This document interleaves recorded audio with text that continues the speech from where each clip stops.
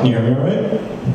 Yeah. Okay. Thanks, Sheena and Phil and Jeff, by the way. This is a fiction piece called Two Gays, One Cup.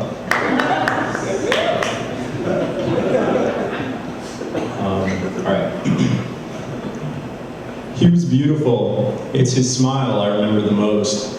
Staring at me from across the intersection as sunlight reflected off the sweat on his forehead.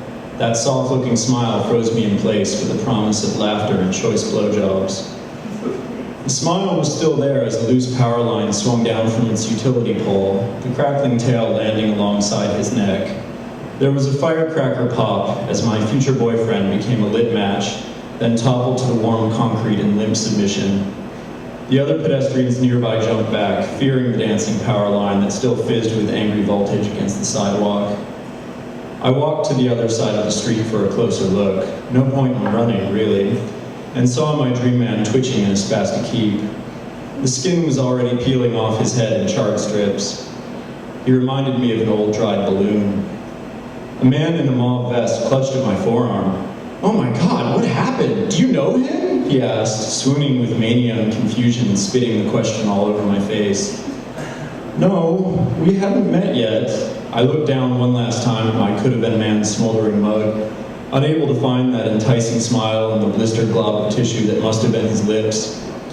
Does it matter, I thought, dislodging the hysterical dandy and walking up the hill towards my house. It was in this moment that I decided I needed a vacation. In perfect coincidence, my buddy Peter called minutes later to ask if I wanted to go camping. "You mean like Yosemite?" An ambulance wail echoed in the distance. "That shit's played out, dude. I was thinking Henry Coe." "Ugh," I grimaced. "Isn't that by San Jose?" "It's a shorter drive than Yosemite. Buck up and deal, you big lazo." I sat for a moment, mulling the offer. "Well, you in or out," Peter said. "If it's not your thing, I'll ask my roommate." "Louis? Isn't he in love with you?" "Oh, shut your gap. We're just good friends." "So, what's it gonna be?" "I'm in." Peter was at my door 30 minutes later. After some rushed packing, followed by 2.5 hours of driving, we arrived at the Gilroy side entrance to the park's main road. Despite keeping all windows rolled up for the past 30 minutes, the gamey stench of garlic clung close. I was eager to explore this new park, letting the plains wind strip the stinky Gilroy musk from my hair. Perhaps if we smoked enough of Peter's hash, my memory of this morning's electrocution would also fade. Yes, I thought out loud, yes, it will. I was hopeful. Dude, are you talking to yourself? Oh, sorry about that. Peter rolled our car to a stop along Hunting Hollow. A busted, rusty sign nearby beckoned us towards something called Steer Ridge Trail. Stepping outside, a brisk wind grazed my chest, tightening my nipples in chill response.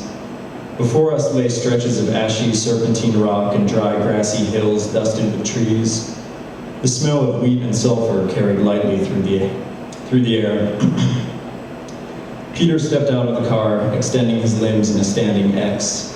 "Ah, isn't this great?" he said. A low-flying vulture bombed a wad of pasty shit on Peter's shoe in contemptuous defiance of our moment. As Peter swore and scuffed the shit from his shoe, I began unloading our economical selection of supplies from the trunk. Peter?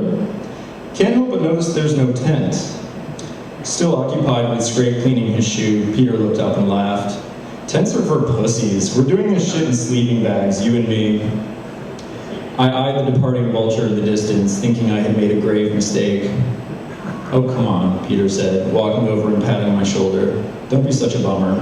I'll make sure to keep you warm." He smacked his lips and slapped my ass as I rolled my eyes. We slept together once years ago. Something about his dick turned me off, a bulging vein that ran down his middle, and since then we've been purely friends. "All right, Oscar, think happy thoughts and let's get going." Peter jostled about, hoisting his backpack aloft while shoving beef jerky into his mouth. "I want us to make it to Madrone Springs by 8.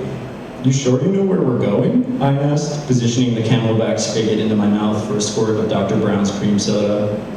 "Duh, second to the right and straight on till I say so." Peter cocked his head at an overgrown dirt trail leading towards a distant forested valley. At least it wasn't the same direction as the vulture.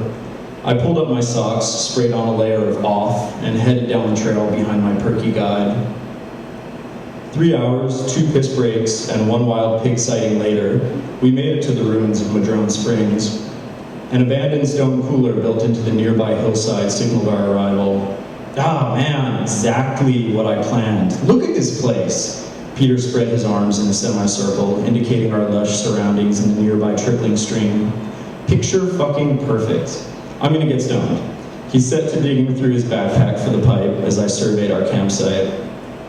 To the left of our little patch of worn grass stood a set of 3 old stone tubs. To the right was a small copse of cypress and maidenhair fern. A soft clucking emanated from behind the greenery. As I moved to investigate, the noise ceased. To my rear, Peter coughed. The pipe was lit, and he was choking out small gouts of gauzy smoke. Want some? Bubble hash. I shook my head, suddenly apprehensive of disassociating from our surroundings, despite my original desire to puff this morning's trauma away. We set to arranging our simple campsite while the sky darkened to a sleepy deep navy. Once finished with our dinner of jerky and balance bars, we stripped down and went to soak in 2 of the old stone tubs. Peter continued to smoke hash in the tub, rambling on about the constellations overhead. I mostly ignored him, instead watching a small praying mantis balancing along the edge of my tub like some green flying Walenda. After several minutes, Peter stopped speaking. I sat in hollow silence. The sky had turned from dark blue to luminous glowing ebony purple, and the trees were still from the absence of any wind.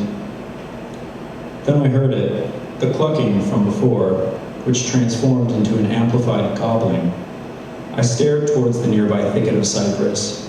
Peter remained in the adjacent tub, stoned out of his mind and oblivious to the noise.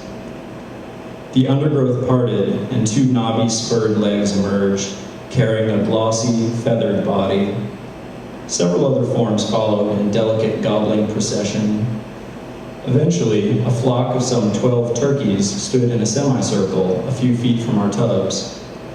The turkeys swayed back and forth, rust-colored wattles gyrating rapidly in time with each gobble. This avian chorus continued for some time until the central turkey stepped forward. In a sudden flourish, his lustrous copper feathers bloated outward while his rear fans swept down towards the ground. The explosion of plumage propelled Boss Turkey through the air up to the rim of my tub. In one swift jab of the beak, he gulped down my ingenue praying mantis and then hopped to the empty tub on my left. With a gentle splash, Boss Turkey settled into the water, presumably to relax and digest his meal. We sat there together, Peter, myself, this leader of turkeys, lazing in the cool mineral water under a warm night sky. The other turkeys maintained their mute vigil with preternatural stillness. Only Boss Turkey made noise, cooing softly as he flexed his pinions in the tub. Then, with a sudden thrust, he leapt from the tub to the mossy earth, standing nearby, eyes fixed on me. One by one, each of the 11 subordinate turkeys strutted forward, hopping the tub and then enjoying their turn in the tepid water. None of the turkeys possessed the imperial grace of their commander, though each male maintained some echo of the poise displayed by Boss Turkey. Once the final and smallest turkey completed his bath, the 12 fowl again arranged themselves in a semicircle facing unconscious Peter and myself. The moonlight glistened off their quills, and Boss Turkey stepped forward, staring me down. With a resounding gobble, he twirled 180 degrees to face their grove of origin, prancing off with regal purpose. Each of his lieutenant turkeys followed in single file, disappearing silently into the brush. As it came to the final bantam turkey, I heard Peter mumble something unintelligible. The last turkey perked his fleshy noodle up at the sound, and with abrupt quickness, ran to our neatly arranged pile of camping goods and seized one of 2 small, shiny titanium cups. He stood there with a mug in his mouth for a moment, and then let out a jittery gobble before running after his colleagues in the darkened shrubs. Following the departure of the final turkey, I emerged from the tub, letting the cool water run down my fuzzy legs while air drying in the night sky. Grabbing a nearby towel, I shook Peter awake. "What? Huh? I said you're not putting it in there," Peter murmured as I lifted him up and wrapped the towel around his waist. "Oh, please," I said. "Not on the menu. It's bedtime, so get dry." I caught Peter as he stumbled on the moss, letting the towel drop to the ground. "You missed all the excitement. There was a parade of wild male turkeys that came from the forest and took baths in the tub next door." This seemed to shake Peter out of his delirium, and he leveled a green stare at my face. "You must have been seeing shit, because a bunch of male turkeys wouldn't hang out together, and it's nighttime besides."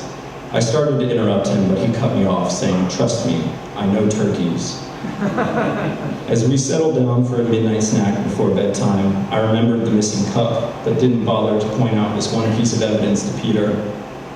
We lay our sleeping bags atop the softest patch of moss, Peter squirming into his first. I stood naked for a moment, staring at the hill beyond our valley.